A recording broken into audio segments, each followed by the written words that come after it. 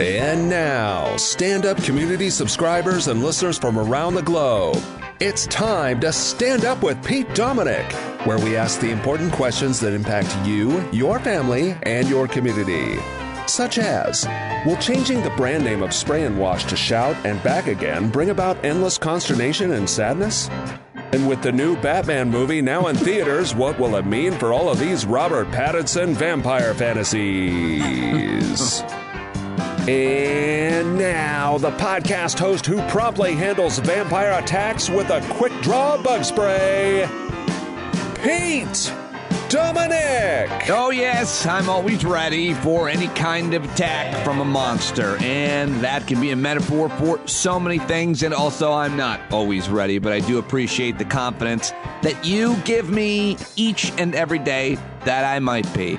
Hello, my friends, and welcome to today's episode of Stand Up. I'm sorry that it is up late for you folks who like to listen very late at night or very early in the morning when I usually post around 1 or 2 a.m. But, yesterday was a project that had been in the works for a long time because I've been looking to buy a new car for our family because my daughter started driving back at the end of the summer, and it's been quite the search. I wanted to make sure I got something that was a hybrid plug-in. You know, I've got the solar panels, I've got the plug. It just feels good to me to do that, and I love those cars. I really do, for all kinds of reasons. Of course, the price of gas now spiking. I predicted it back in August. I didn't. But I didn't want to buy anything new. And as a matter of fact, I didn't want to necessarily buy anything at all. Whoever really does, outside of someone like Barry Ritholtz, who's constantly buying cars. Maybe my dad, who loves himself a Corvette or two. Hey, Pop. But I did finally find a used Chevy Volt with 17,000 miles on it. Thank you to Mir, the Uber driver who drove me up to Connecticut to get the car. And thank you to Sean Lamb, who said he would listen to the podcast now because he sold me a car. And thank you to you for subscribing to the podcast so that I could buy a car. So that kind of took all day. And also like 6 months of research and shopping. And I'm super happy that it's over. And by the way, a lot of things are over. I'm moving into a good spot and a good phase. I'm feeling really good about a lot of things. I've been struggling with a bunch of smaller and bigger things in the last, I think, winter, really, I should say, having nothing to do with the season. But a lot of circumstances are changing and a lot of new opportunities are happening. Very excited to be working on Last Week Tonight on HBO. And I know I always say this and don't always follow through, and actions matter more than words, but I do have some exciting new ideas for this podcast and the community that we built around it. Like maybe finally getting together, but a lot more ideas for on-air segments and other ways for us to connect. You'll see, they're coming. I promise. Thank you for your support on it. And then last night, I also had to go to my local, the county Democratic chair election last night. We finally elected a new chair, which we're really excited about after a long legal drama because of the election at the end of August was not what we would call, democratic. So a lot of Democrats in my county stood up and held a proper election. And we're really excited to have this guy, John Gromada, who is now going to be the county chair. He's a really interesting, very progressive guy with a lot of ideas about how to make for a better future. And it felt great and it feels great to be involved in those local politics, as ugly as it can be. Sometimes it can be wonderful. And what we did here after a real failure, face plant, and corrupt election with the old guard Democrats is a lot of new blood came in, a lot of young progressive folks. And hey, maybe it can happen in your town. But I'm really excited to be a part of that, along with people like John Malpe and Tina Rose, who are both subscribers, which is why I mentioned them, and listeners to the podcast. So really happy to have them in my community because they're awesome human beings. And there's a lot of awesome human beings out there. And you are one of them, which is why you listen to the show, and maybe you're an active part of our community here on Stand Up. So thank you. It feels really good to be headed into spring, feeling a lot better in almost every way. And if there's any way I can help you along on the journey with me, let me know. Reach out. standupwithpete@gmail.com. I always love to hear from listeners, so definitely email me. Join us on our Thursday night hangouts, or the Discord platform, which is always active. You can jump in there and chat with folks. But now it's time to get to the show, folks. Sorry for rambling on, prattling on for so much, and thanks for humoring me. Thought it was a positive burst of energy to start the show with. I've got Jared Yates Sexton, who I sat down with and spoke with on Sunday. But before that, I've got the news, because it's Tuesday, March 8th. At almost 5 a.m. as I'm taping this, and I've got a lot to play for you and say to you. Time for the last 24. Okay, well, the top story for over a week now, of course, is this feud between Kanye West and comedian Pete Davidson over Kim Kardashian. No, of course, it's Putin's horrific invasion and now war crimes in Ukraine. And the headlines at the major newspapers read like this on Tuesday morning. New York Times, Ukrainian forces stall Russian advance as civilians suffer. Zelensky speaks from his office in the capital. As U.S. weighs Russian oil ban, gas prices surge and stocks fall. Tens of thousands of Ukrainians are without food, water, and power. The Washington Post, war in Ukraine. Zelensky decries acts by Russian troops. In a defiant address from the presidential office, he accuses soldiers of being war criminals. Also at the Washington Post, safe passage from cities under attack still elusive.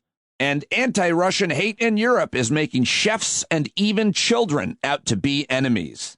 USA Today, gas prices are now the most expensive they've ever been in the U.S. Are oil and gas companies gouging consumers at the pump? Also, Ukraine skeptical of Russian plans to allow civilians to escape the country. And Drudge Report, Biden may plan trip to Saudi Arabia.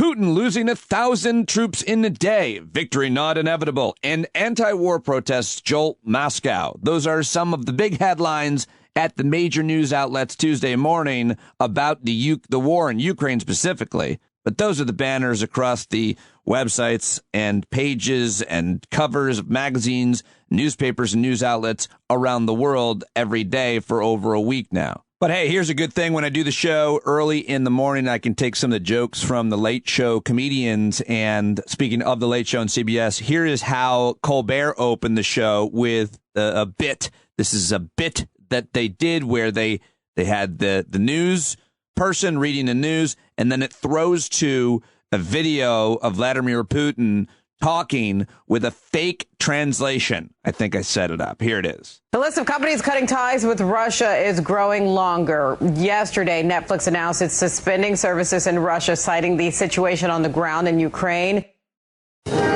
Good morning. It is an official act of war that Netflix suspended services in Russia before I could finish the latest episode of Love is Blind. It is a clear violation of the Geneva Conventions to deprive viewers of closure on the Shane-Natalie-Shayna love triangle.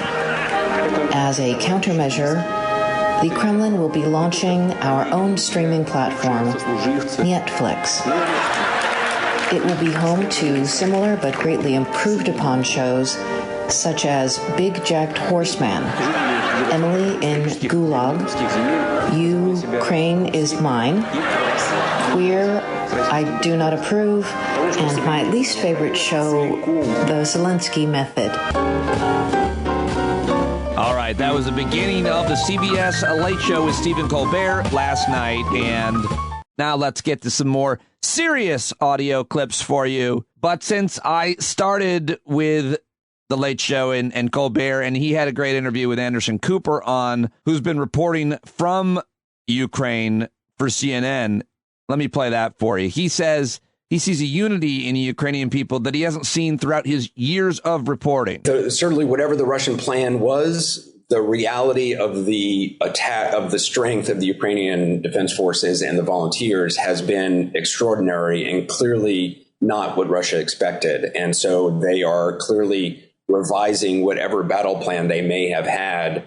That has certainly seemed to have gone out the window now. And the Russians are trying to, it seems, according to U.S. officials, that they are just going to now do what they did in perhaps Aleppo or in Grozny, which is just lay waste to cities, lay waste to residential areas to break the back of the Ukrainian people. That is the attempt. But I got to say, I've been doing this for 25 years, and I've been in a lot of countries of war. I've never seen a population in a country that has been invaded as unified in their complete loathing of Russia, in this case, of the attacker, and their just to a man and woman and child, their desire to resist this, whatever may come, resist in the short term, and if there is an occupation because of the overwhelming force of Russians, to resist under any kind of occupation. I've never seen a country as determined and unified. Well, there you go, to all the other countries that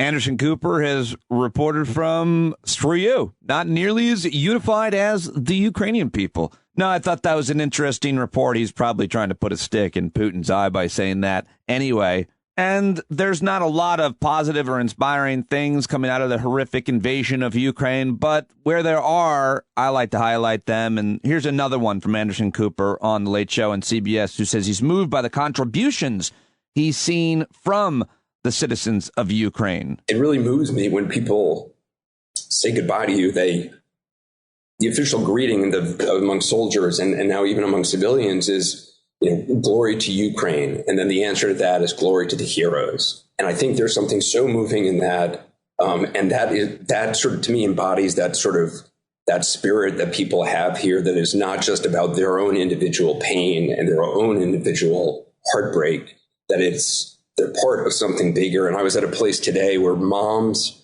whose kids were at the front, whose husbands were at the front, were packing supplies and, literally hand weaving camouflage netting for Ukrainian tanks and artillery pieces. And, they're crying on the one hand because their loved one is gone, and they feel like this is how they can contribute. And it's an extraordinary thing to witness. There you go, Anderson Cooper on The Late Show with Stephen Colbert, with a couple of, I think, positive and inspiring clips. And let me stay in that vein and read American political commentator Amy Suskind's tweet from just this morning. She writes, "Sunrise in Kyiv. The Ukrainians made it through the 13th night of Putin's invasion, fighting courageously while Putin targets civilians. Zelensky and his brave warriors are on the front line of the battle for democracy. David is beating Goliath. Hashtag stand with Ukraine." And so much news coming out of the conflict and the region. But I guess one of the big headlines is that President Volodymyr Zelensky, I want to say it right, of Ukraine, spoke from his office in Kyiv on Monday night for the first time since the Russian invasion began on February 24th. He posted a video on his Facebook page and said he was not in hiding, that he was not afraid of anyone. He said, "We used to say Monday is a hard day. There's a war in the country, so every day is Monday. And now we're used to the fact that every day and every night are like that." In the video, President Zelensky also provided updates on Russian attacks and said that he had signed a decree on Monday to present state awards to 96 Ukrainian heroes. So he is doing this right in terms of how he should be leading and the kind of things he's saying that are propaganda, that are inspiring, that make people want to fight the aggressor, Russia in this case. He also criticized Russian troops for attacks on certain sites Monday, including accusing them of firing at a bread factory in Makariv, about an hour west of Kyiv. He said, "Think about it, to fire at the bread factory. Who should you be to do that?" He also condemned Russian troops for disregarding an agreement on a humanitarian corridor after shelling prevented evacuation of besieged cities, and so much more in an address that lasted over about 8 minutes, and it's worth watching and reading about. I couldn't find, unfortunately, an English translation to play for you, but definitely worth reading about. Plus, in the English translations, you don't get to hear his sexy, husky voice. Give you a little of my propaganda. This guy? Я не віддам це. Своє місто, свою громаду, свою Україну.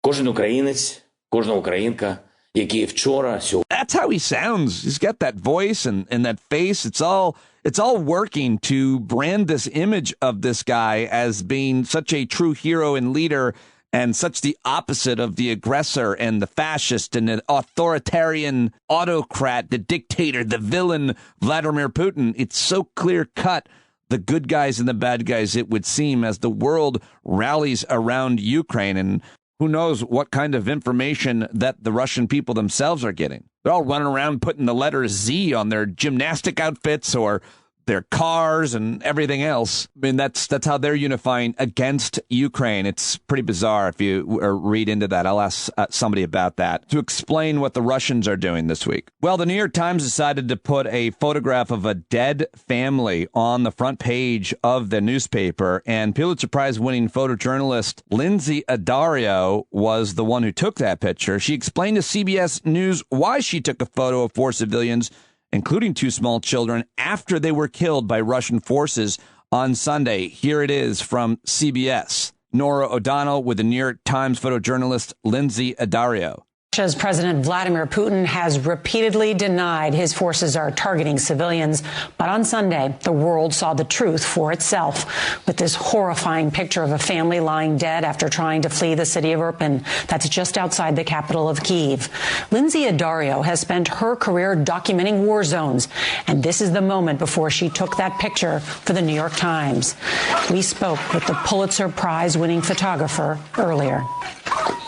I went forward and found a place sort of behind a wall and started photographing. And in fact, within minutes, a series of mortars fell increasingly closer and closer to our position until one landed about 30 feet from where I was standing. And it killed a mother and her 2 children. Your photo of that family is on the front page of the New York Times. It has been seen around the world.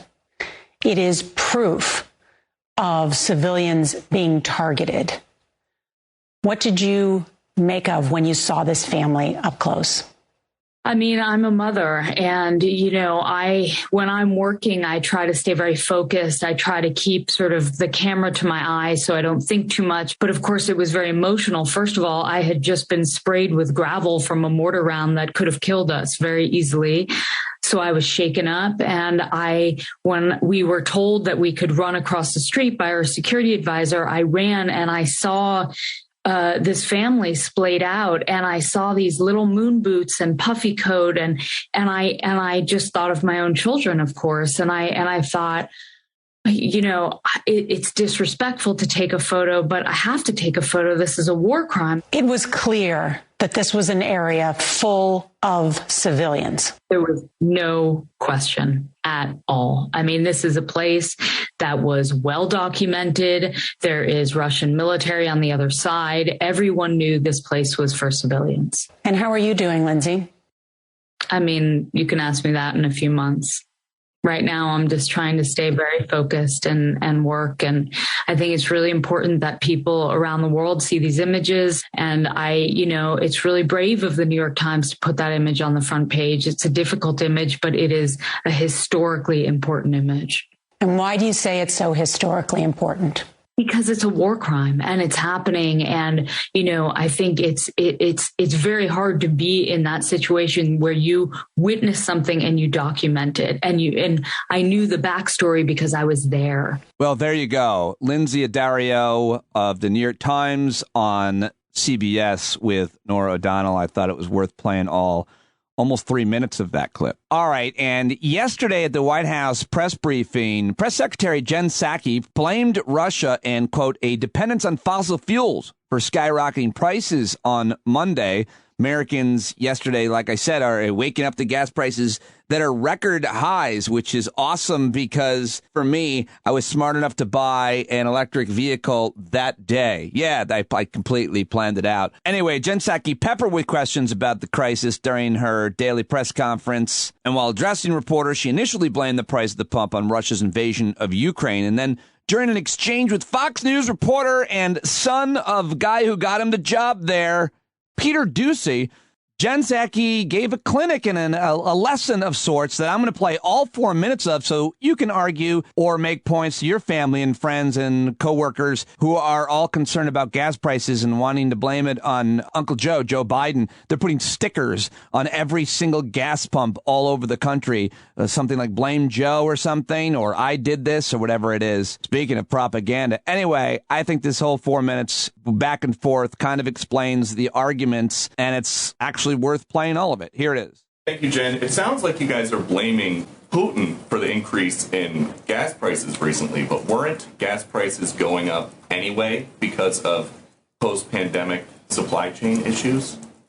Well, I think there's no question that, as we have seen, and outside analysts have conveyed this as well, the increase and the anticipated continued increase, which was, I think, what some of your colleagues were asking about, that is a direct result of the invasion of Ukraine, and also there was an anticipation of that was factored in as gas prices have gone up.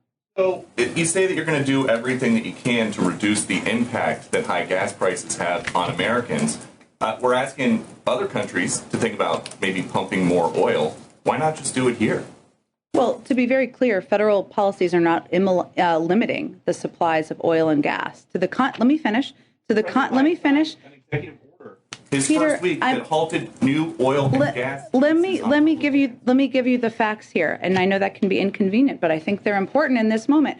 To the contrary, we have been clear that in the short term, supply must keep up with the demand. We are, and here and around the world, while we make the shift to a secure, clean energy future, we are one of the largest producers with a strong domestic oil and gas industry. We have actually produced more oil. It is at record numbers, and we will continue to produce more oil. There are 9,000 approved drilling permits that are not being used. So the suggestion that we are not allowing companies to drill is inaccurate. The suggestion that is what is hindering or preventing gas prices to come down is inaccurate. Would President Biden rescind his executive order that halts new oil and natural gas leases on public lands? Well, 90% of them happen on private lands, as I'm sure you know, and there are 9,000 unused approved drilling permits. So I would suggest you ask the oil companies why they're not using those if there's a desire to drill more. Would President Biden ever undo his executive order that stopped the construction of the Keystone XL pipeline? Are you suggesting that would solve the gas prices issue? Well, do you think that would maybe affect prices faster than getting the whole country off of fossil fuels? I actually don't think it would. The Keystone was not an oil field. It's a pipeline. Also, the oil is continuing to flow in just through other means. So it actually would have nothing to do with the current supply imbalance. So gas prices are approaching an all-time high per gallon. How high would they have to get before President Biden would say, I'm going to set aside my ambitious climate goals and just increase domestic oil production, get the producers to drill more here, and we can address the fossil fuel future later? Well, again, Peter, the U.S. produced more oil this past year than in President Trump's first year. Next year, according to the Department of Energy, we will produce more oil than ever before. Those are the facts in terms of oil production. And again, right now there are 9,000 unused approved permits to drill onshore. So I think you're misidentifying what the actual issue is. But if we're looking to the future and what we can do to prevent this from being a challenge in future crises, the best thing we can do is reduce our dependence on fossil fuels and foreign oil, because that will help us have a reliable source of energy so that we're not worried about gas prices going up because of the whims of a foreign dictator. Right. And you guys think that asking Saudi Arabia or Venezuela or Iran is reducing our dependence on foreign oil? That's actually, I just outlined each of those specific scenarios and the range of discussions that we're having with each of those countries. I don't think anybody is advocating for Iran to continue acquiring a nuclear weapon, perhaps except for the former president who pulled us out of the deal. Go ahead. Oh, sick burn on the last guy. And speaking of the last guy, the ladies at The View we're talking about him. Here's Whoopi Goldberg with Anna Navarro. She's talking about Nikki Haley, but she says the woman who used to run the UN. She didn't quite say that right. She didn't run the UN. She was Donald Trump's ambassador to the UN. Now that you know that, here's the rest of this funny 30 seconds from The View. Well, maybe not funny, but certainly interesting. And probably not untrue. Kept saying that, like, woman who used to run the UN, I guess, she said, this would not be happening if, Bonehead had been president. And I say what I said last time. No, there wouldn't have been any issue because that guy would have handed Ukraine over to the Russians. Mm-hmm. And Bonehead kept kept aid from Ukraine precisely to try to do the quid pro quo. And I think well, there's a lot more analysis and opinions to play on the invasion of Ukraine, but I'm already 25 minutes into the show. There are some other news stories I want to mention. This is a really important story coming out of Florida. There seems to be tons of always important stories coming out of Florida about the, quote, don't say gay bill is at least how it's being referred to in short by many sectors in media. Certainly those who are more progressive, I think, are calling it that. But here is the governor of Florida yesterday absurdly attacking a reporter who asked about Florida's don't say gay bill. I want to ask you about the recommendation. Does it say that in the bill? Does it say that in the bill? I'm asking you to tell me what's in the bill because you are pushing false narratives. It doesn't matter what critics say. Hold on. It says it bans classroom instruction on sexual identity and gender orientation. For who? For grades pre-K through 3. I know you. So 5-year-olds, 6-year-olds, 7-year-olds.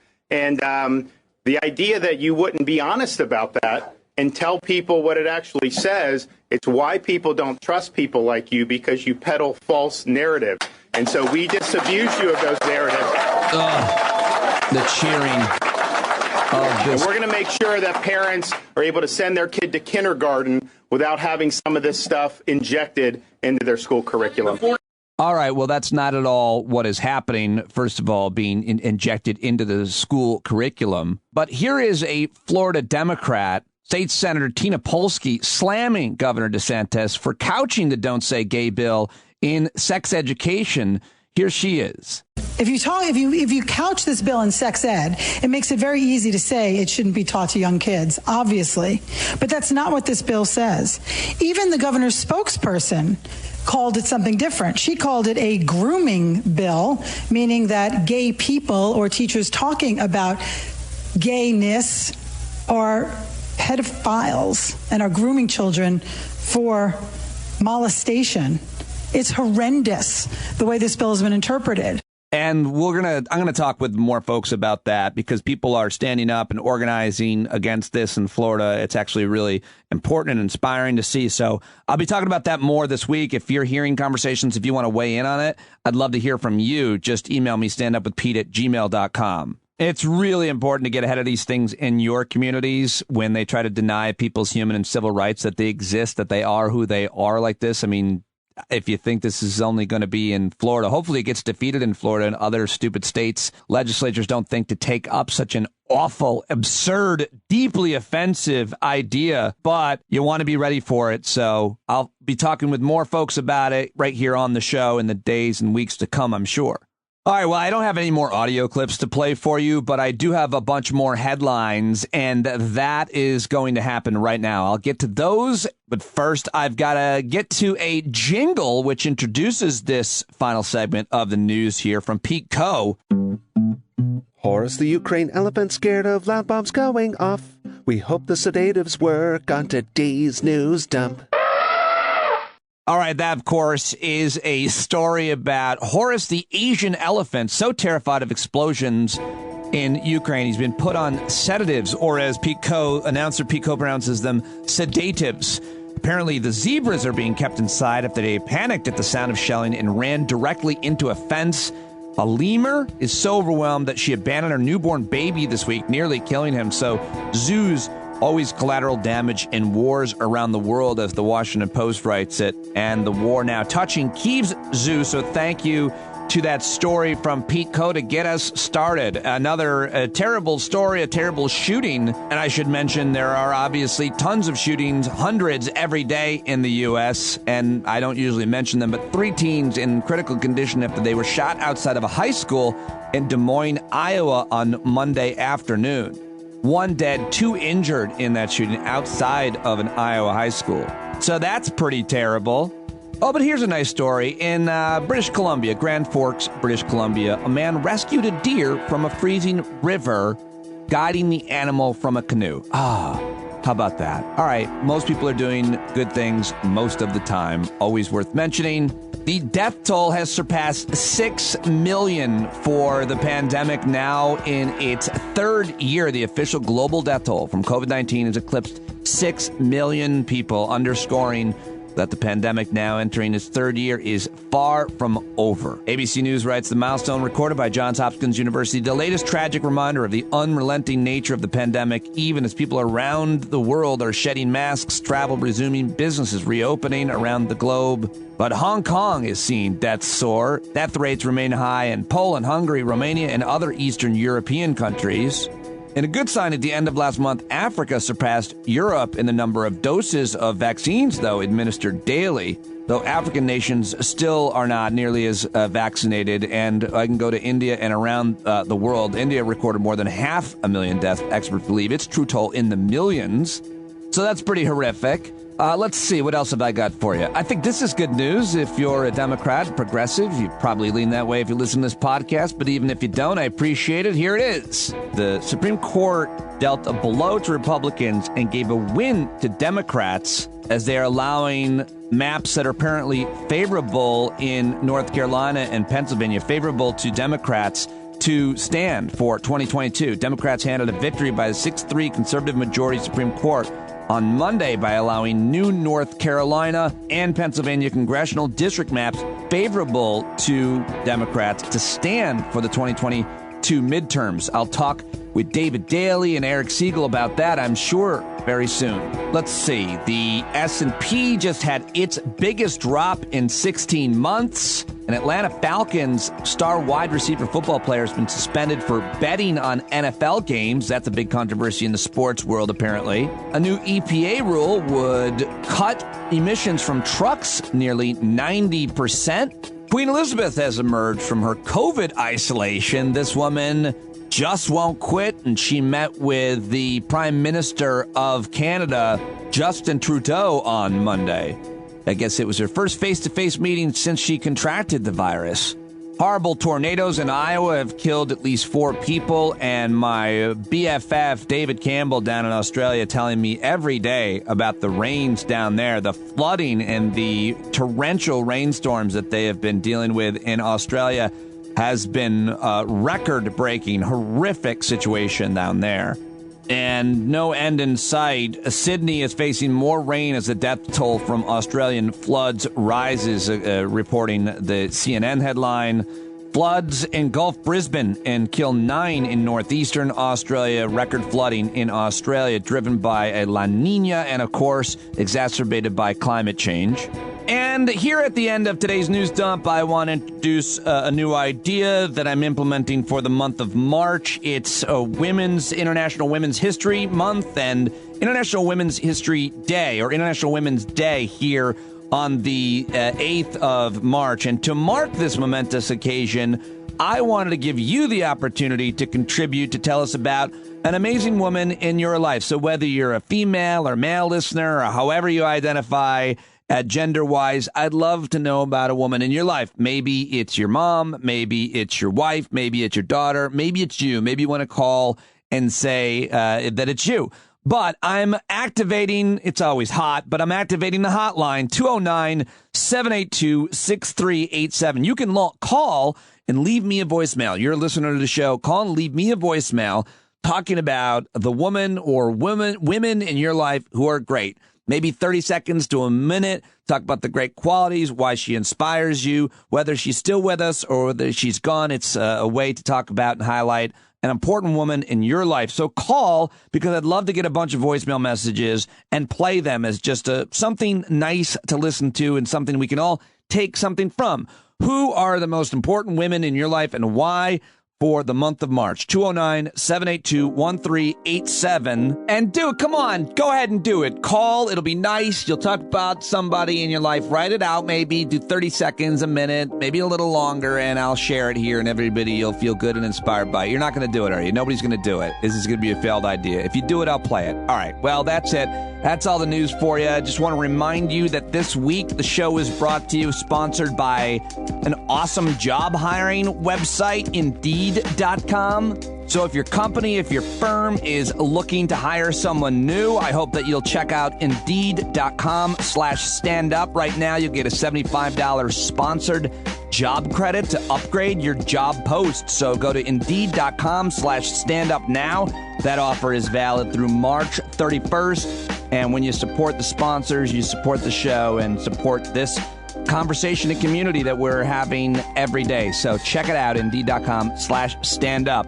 All right, like I said, yesterday was a wash in terms of work on the podcast because I had to do life things and get the car and go to the meeting last night. I was unable to do more than the one interview that I sat down actually because I planned a little ahead with Jared Yates Sexton on Sunday. But I'm very happy that I got to talk with him. It's always a great conversation with Jared. He is the author of American Rule, How a Nation Conquered the World but Failed Its People. Check out his podcast, The Muckrake Podcast, which is really great, and his Substack, JaredYatesSexton.substack.com. He's working on a new book, but I always love talking to him. Follow him on Twitter, by the way, at JY Sexton. We had another great conversation on Sunday. We didn't always agree on things, but it's foreign policy that we're mostly talking about, so anybody can be right. Who knows what the outcome is going to be, but I love his analysis. It's always a smart conversation, a serious conversation for the most part. Jared Yates Sexton right now on Stand Up, but at least we've got this great introductory jingle by the great Gareth Sever. Jared Yates Sexton, his wise words they beckon, just 40 years old, never doing what he's told. Listen to the nation's bell about to toll. Hear JYT extol the bold gravity as events unfold. Better pay attention. Did I forget to mention he's got a warning for every morning? Unleashes a tweet stream. Things might be worse than they even seem. Jared Yates Sexton, it's time to begin again. Ladies and gentlemen, there he is, the man, Jared Yates Sexton. I'm very happy that you were able to join me and talking. There's a lot to talk about. How you been? How's everything going in your world, in your own universe? I mean, that's a really loaded question right now. Yeah. I mean, things aren't great, but I'm trying to hang in there. It's better seeing you. This is nice. I was expecting we would be talking about this sometime in the near future. How have you transitioned out of pandemic and into World War III? Well, it's funny. I never broke my stride. Right. I existed with, existential dread before. I'm existing with existential dread during, existential dread after. Like, just keep it going. How do you describe the moment? I think everybody has their own way of looking at it, and I feel like it's fair. It's your own perspective. This moment of COVID, where we're at now, is spring is on the cusp of breaking. Well, COVID never happened down here in Georgia. Oh, right. And yeah, we outside the fact that the hospital had basically beds outside of the door, it was never really a thing. Everybody acted really aggressively as if it didn't occur. They had big giant parties to defy the laws and, the authorities. But I have to tell you, there is a little bit of me, like I went out and I had a dinner. Mm-hmm. And it felt frightening. I felt like somebody was going to attack me at any moment. I felt like there was a possibility of being sort of, maybe it was a trap, I guess. And maybe COVID would come around the corner, like the big, large, oversized, comically, almost like a mascot of COVID would come around and finally get me. Was that the first? Now I want to do that to you. Was this like the first time that you really went out just recently? You hadn't gone out to eat for like 2 years? I had to go see Dune. I mean, that's okay. who I am. And, there was I was having this conversation yesterday, that brief little respite. Remember that before Omicron, where everybody was like, oh my God, we're back to normal. That wondrous sort of summer, I went around, I saw people, I went out, I had drinks, I had dinners, stuff like that. But it was almost like Puxatawny Phil, like trying to defy the fates, I think. Right. So let's talk about what is happening with this invasion. I call it Putin's invasion. Editorially here on Stand Up, I call Putin's invasion, Putin's war, Russia's invasion into Ukraine. What I respect about you is your willingness to take the big stand. Thank you. The rhoritorical big stand. You're calling it what the others are afraid to. Yes, thank you. Thank you for recognizing my courage here. What did you think he was going to do all the past few years as you've watched his behavior, first in Crimea in 2014, and then obviously interfering in America's elections, him and Trump? Did you always think he would try to continue to be an aggressor and take actual land for Russia? Yeah, I did. Those of us who have paid attention to Putin and sort of rising authoritarianism around the world that is linked back to him and these terrible, terrible movements that have sprung up. It was a question of when. It was a question of when this was going to take place, what it was going to look like. I mean, the blueprints for this thing were written back in like 1997. And, everyone kept trying to say that Putin was going to be liberalized, like having him come to G8 meetings and all of these, sort of meetings with world leaders, that there was no way it was going to happen. And they had way, way too much of a hubristic belief in the world system and trying to navigate these things and disarm them. But I think everybody who actually paid attention to this thing and knew what was going on expected it to happen. So now that he has invaded Ukraine and you've seen the reaction, it's been interesting to see the analysts, all the military analysts get Afghanistan a lot wrong and get this wrong as well. And it maybe just is proof that it's interesting to have the insights of military analysts, but a lot of that is wasted time because you never know how men are going to behave in war. And it seems like the Russians have in ways backed down and the Ukrainians have stood up in ways that, most people couldn't predict. Maybe they couldn't predict that the leader of Afghanistan was going to bug out and they weren't going to fight there or whatever. But what do you think of all that analysis and how it's played out in real life? Well, I'll just say that I think the real winner in all of this were map stores that these generals sent their assistants out to get, maps of Ukraine framed so they could put in the background of their shots on MSNBC. And, they love this stuff. And you've actually watched this bizarre sort of thawing out of geopolitical war hawks who are absolutely loving the idea of, again, talking about the world as if it is a giant game of Risk or Stratego. And, the idea that, like, we've got forces here, we've got forces there, and obviously this is a failure, it's a miscalculation. And the thing that's driven me just absolutely into hysterical anger has been all the people who are just like, I mean, who knows what's in Vladimir Putin's head? He must have lost his mind. Meanwhile, these are the people who are being paid incredible amounts of money and given incredible resources to understand like this geopolitical ideology that Putin holds. And they have no interest in doing it because it undermines their general ideas about what the world is, how it operates, and how it will always operate. So I quite frankly, rage. That's my answer. I've been reacting with rage. Well, I will say this, though. I think the Western media has done a really good job with the correspondence that they've sent to Ukraine and Eastern Europe that are reporting from all over the country. I mean, the corporate media that we love to pick on and criticize has the resources to send those correspondents.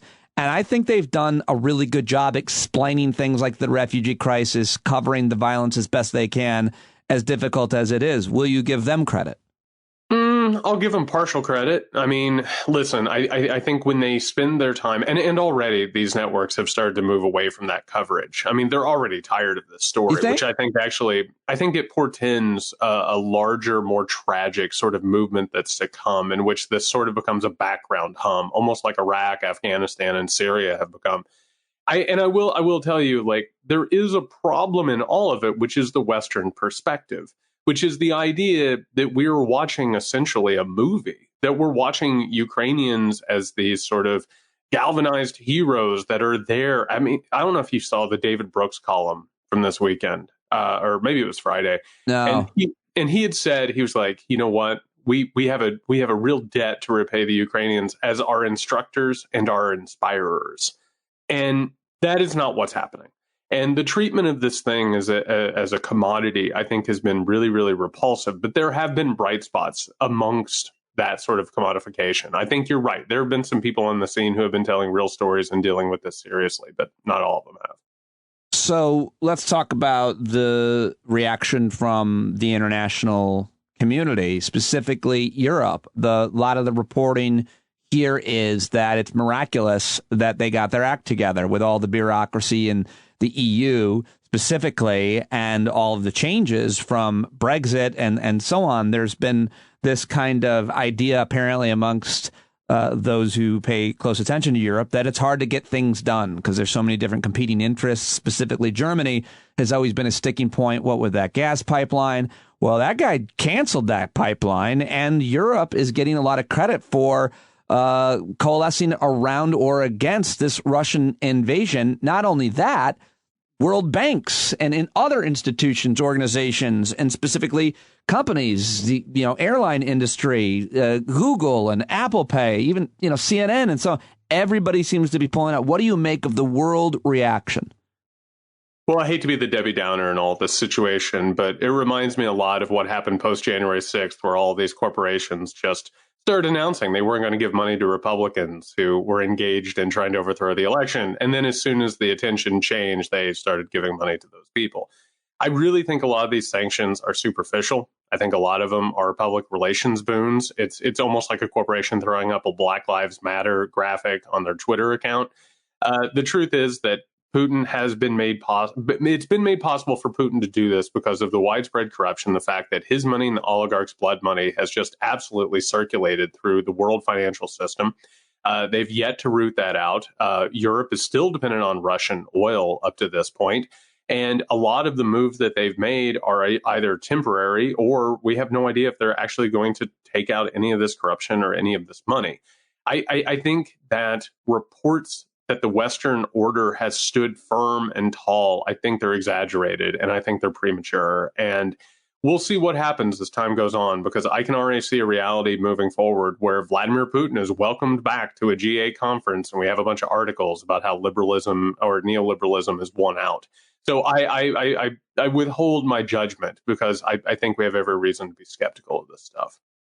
What are your biggest concerns right now then, moving forward, even though, by the way, I think I disagree with you a lot on that. I kind of described but I have no idea. I have no idea what I haven't paid as close attention. I think the point you make about obviously how the ground was seeded by the world financial system and the role of the oligarchs and not coming down harder on them. I mean, I think that's, of course, right. I mean, I don't think, and I think it's really important that you mentioned that, but I don't know. I just want to give credit to people who usually can't get their act together and seemingly have on this against Russia.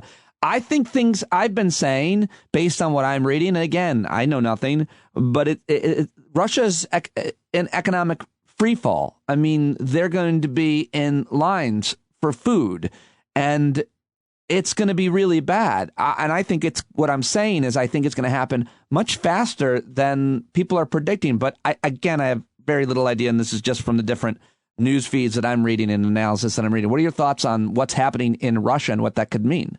Well, I mean, the Russian people might be in breadlines, but Vladimir Putin and the oligarchs that he controls will most certainly not be in breadlines. A lot of their money is so burrowed deep into the system that they're not going to be touched. And my God, we have no idea how Bitcoin and other cryptocurrencies have been utilized in all of this. But I will say that the concept that their economy is going to be destroyed is both technically true, but I think also misleading. Because right now we're operating from the viewpoint that he's going to lose and that there's not going to be an acceptance of him controlling Ukraine, or there's not going to be some sort of an escalation. I think that what people have missed in a lot of this is that this invasion, this act of aggression, constitutes an actual attack on reality and an attempt to reframe how the world works and how we view it. If he succeeds, and there's a real possibility that he will succeed. I mean, listen, the Ukrainians have put up a hell of a fight so far, and they've been futile for a bunch of different reasons. But I have to tell you, there are reasons to believe that Putin's ideology is going to spread as the military and the oligarchs possibly become more and more radicalized. And as we start to look away and start talking about the new season of American Idol or whatever, entertainment comes down the pike next. I understand that it looks on paper like this was a fool's errand, but I have to tell you that he has constructed a system to his liking in all of this, and we really don't know how it's going to play out yet.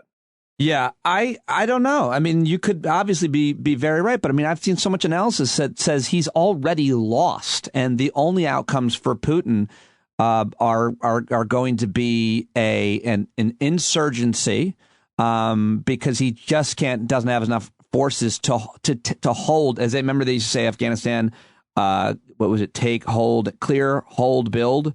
Well, he's not going to be able to do that any more than we were in, any province in Afghanistan for a very long period of time. That's the analysis that you're hearing from a lot of folks about, how well equipped they are and the incentive that they have. Obviously, the country will probably, certainly a lot of the cities will be destroyed in many ways, and there's no good outcomes. But in terms of him kind of taking over, I've heard analysis that he's really already lost. What do you think of that? I think that's written by a lot of people who are paid by a bunch of corporate interests to tell them that everything's fine and that nothing is in trouble. I mean, this is a problem that extends beyond Vladimir Putin and beyond the invasion of Ukraine. This system of corruption and growing authoritarianism has been growing and growing and growing for a while now. Right. And I got to tell you, there are a lot of very wealthy, very powerful people who are betting on the side of not necessarily a successful overtaking of Ukraine, which, by the way, would take longer than months. This would take years. This would be a project that would go on and on and on and on.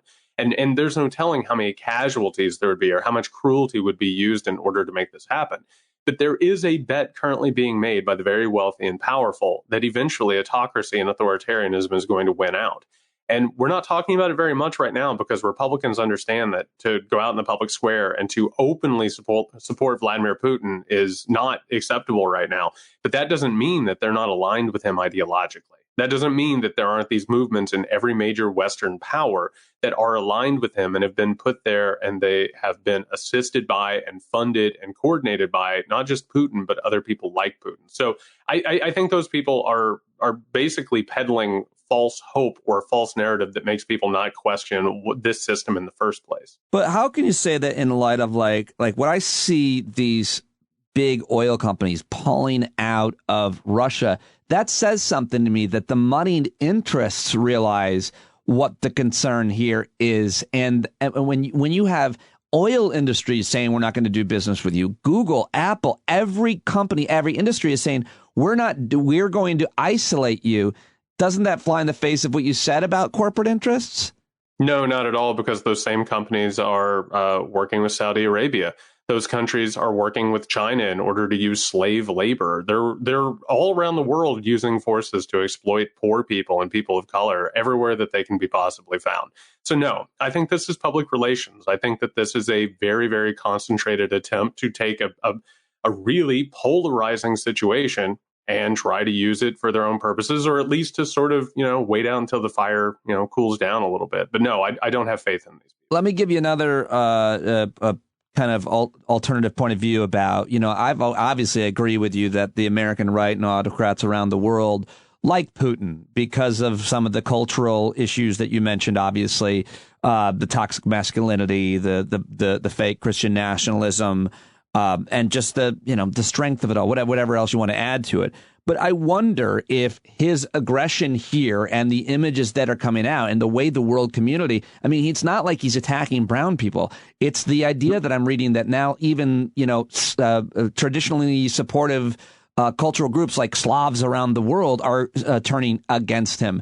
He played his hand too far. And even those groups that we're talking about, the Trumps and so many more, people are saying this could even hurt Trump's image and this idea, this movement behind him because he overplayed his hand and he's going after by the way, there's some pretty racist white people in Ukraine. I mean, we're seeing the whole issue around refugees and black and brown Ukrainians are trying to get out of Ukraine. Anyway, what are your thoughts on that idea that he overplayed his hand and this could be kind of a turning point for this movement around the world?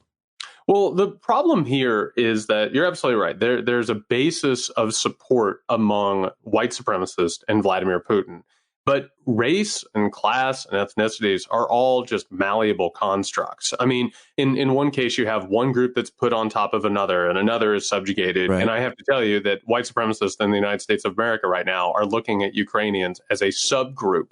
And then at some point, maybe even if Russia takes over Ukraine, all of a sudden they would become humans.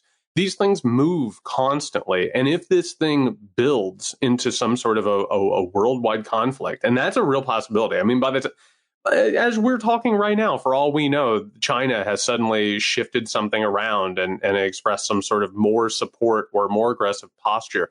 We don't know at this point where this is going to go, but we do know that this current system is starting to creak under its own weight, under its own dominance, under the power of a unipolar world that is being more and more contested every single day. The plan here is to get rid of American hegemony. That has been the plan all along, and what everyone from Russia, China to this authoritarian movement, which, by the way, the ideology is all about fighting the quote-unquote New World Order and establishing some sort of a new ruling regime around the world.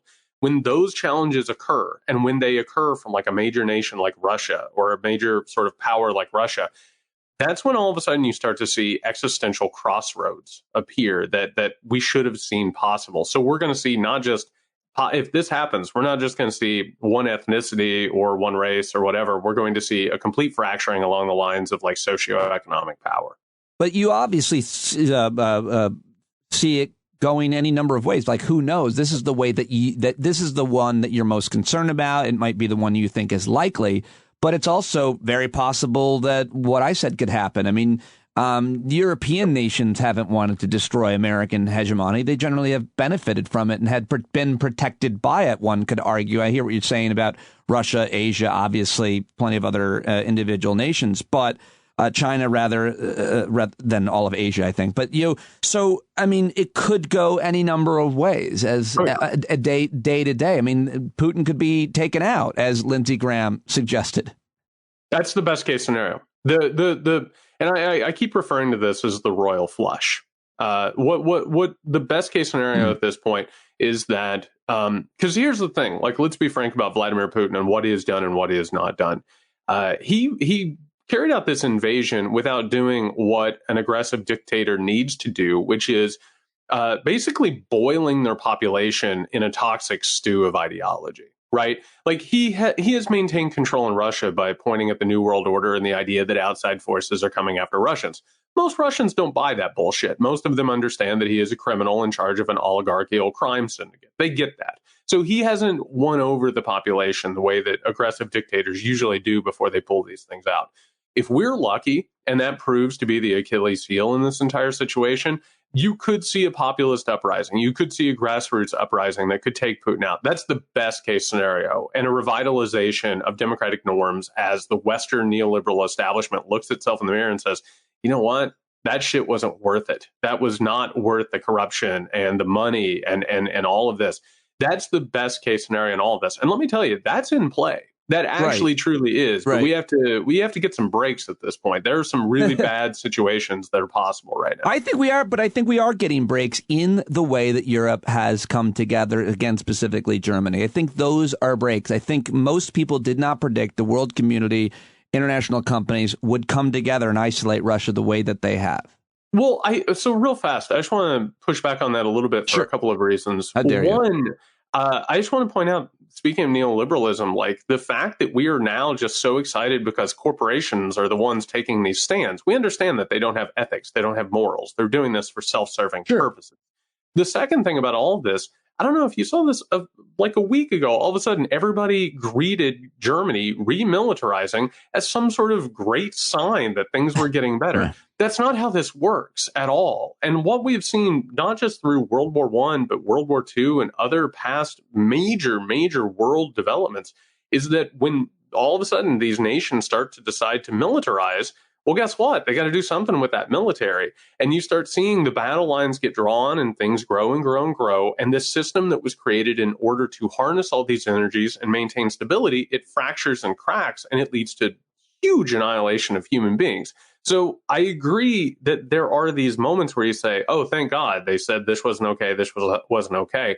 But I've yet to see that it actually amounts to anything. Well, let me just try this out on you because I have no idea what to think about it, but I haven't thought about it. And I've heard about the development with Germany, doubling or investing more in their military. Of course, Donald Trump always was critical of NATO countries not paying what they owed. And he was right about that. And I wonder, it wasn't his idea, obviously. Someone told him to say that. But I wonder always about America's military imperialism and how we've used our military, obviously, so terribly throughout our lifetimes, yours and mine. And one of the issues you think about is, well, I wish we could spend less on our military budget and more on healthcare, more on education, kind of a progressive idea. But we are the world's policemen, and we haven't done a very good job. We've been very abusive. But what if those other countries in Europe did pay more to protect themselves so that we could have more of our budget dedicated to things like healthcare and education? Like, why do we have to protect all those countries so they can afford their universal healthcare? That's something I've thought about and haven't read that much about. I reject the premise. Just out of hand. Because basically what you're doing is you're reallocating resources elsewhere. You're saying, why do we have to go without in order for other people to do with? Mm-hmm. And in this case, Germany's going to move its resources away from any human projects and into militarization. And you still get in the exact same situation. All of a sudden now you're breaking down along nationalistic lines, which is another one of the things that happens when you have these world conflicts start to grow. But I will say real fast, I think that the biggest mistake that we have made after the Cold War came to a close was trying to maintain a militarized state because it was better for our industries and we had based our entire economy around it. You don't get to this situation if we had rejected that, moved away from nuclear weapons, by the way, and moved away from this sort of aggressive militarization and tried to create a new era of peace instead of a neoliberal order based on law enforcement and militarization. That's why I reject that premise out of hand. More than fair enough. Let me just ask you finally about the State of the Union and what you thought of the president's comments. Obviously, compared to Trump's 4 years, we're not doing that. We're kind of comparing it to every other president, certainly presidents that have been in this kind of crisis. Just so people, that's a baked in point. I think we can agree on. Well, I know we agree on it because I read it at your Substack. But what did you think of his comments on Ukraine and then the rest of it? Well, I thought it was a really normal speech for abnormal times. I thought that in the midst of this crisis, it treated everything like telling the American people, don't worry. It was basically after 9/11, don't worry, go back to shopping. Right. And it was meant to reassure Americans that this thing is well in hand. And by the way, what you need to worry about are the achievements and the midterms. And it more or less was like a State of the Union under Bill Clinton heading into midterms. It was a move to the right. I really thought that it was an opportunity. I said this on our coverage on the Muckrake podcast. I said, there was this entire framing device of there are democracies and there are autocracies, which is a dichotomy, right? It's like you're either on this side of the line or that side of the line. Meanwhile, you go in there and you start saying, we're going to fund police, we're going to do this. And you don't talk about voting rights except for like one throwaway line, and then you move forward. You have to connect the dots and you have to say, you know what, this isn't just Vladimir Putin. It's not just Russia. It's a larger authoritarian, anti-democratic movement of corruption that has to be addressed. And that speech, I really hate to say it, it didn't even start to wade into that. Jared Yates Sexton, I appreciate all of your insights and comments. I love reading the Substack, listening to the podcast, and mostly when I get to talk to you. This was great. Thank you. Well, you're the best. I'll talk to you soon, pal. All right. There you go. Jared Yates Sexton at JY Sexton on Twitter. Go subscribe to his Substack, jaredyatessexton.substack.com. Get his book, American Rule. Get his new book. And, of course, listen to the podcast, the Muckrake Podcast. That's all I've got for you on today's show. I want to get this up and posted at 6:20 a.m. Can I get it up that quick? We'll see. You'll know by the time I post how long it takes me to get this baby posted up and for you to download. But right now, and by the way, I'm planning on having a big week of guests, so please listen this week. Support the sponsor, Indeed.com/standup. And thank you very much for your subscription. If you haven't subscribed to the show, you could do it today. Today is your day. Subscribe now, standupwithpete.com. It's a free show, but it isn't cheap, and I need your help, and I want to hire people and grow our community, so I can't do it without your support. subscription, standupwithpete.com right now. Speaking of subscribers, the great John Carroll taking us out as he does every day. Check him out at johncarroll.org.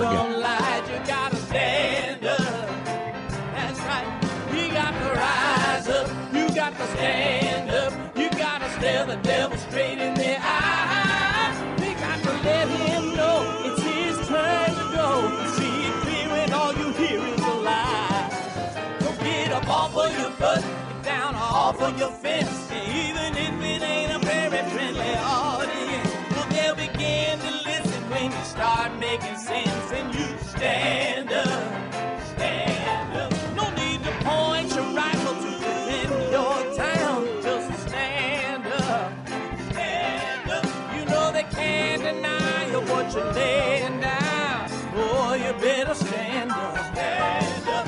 Show your face of every color, yellow, black, red, and brown. She's the place where every lost child will finally be found. There's only one thing to do before we stand our ground, and that's stand up, stand up. Well, the founding fathers saw a land for all. They had to stand up, they had to stand up. They had a keen imagination for a crystal ball, drawing all the plans of stand up. But all they had to go on was the time they were in, with other causes for laws, and since they weren't even sin, they knew that change was gonna come before the change could begin. They had to stand up.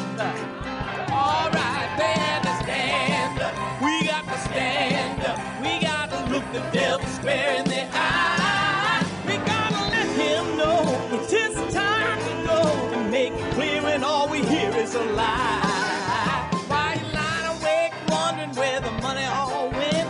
It'll be the cost of freedom that'll go unspent. You can see him flee the scene of that experiment if you stand up. All right, we got to speak up, we got to reach up and raise your voice in every way you know how. Don't be toes up, you got to show up. Ain't no better time to do it than now. No need to pledge allegiance to no wanton tribe. Rise up, show obedience to the voice inside, and listen well and it'll tell you not to run and hide. It says stand up, stand up, got to stand up. Ooh, come on, just stand up. Everybody got to stand up in the darkest hour. Stand up, people got the power. Stand up. Come on, come on, come on, come on, come on, come on, come on, come on, come on. Stand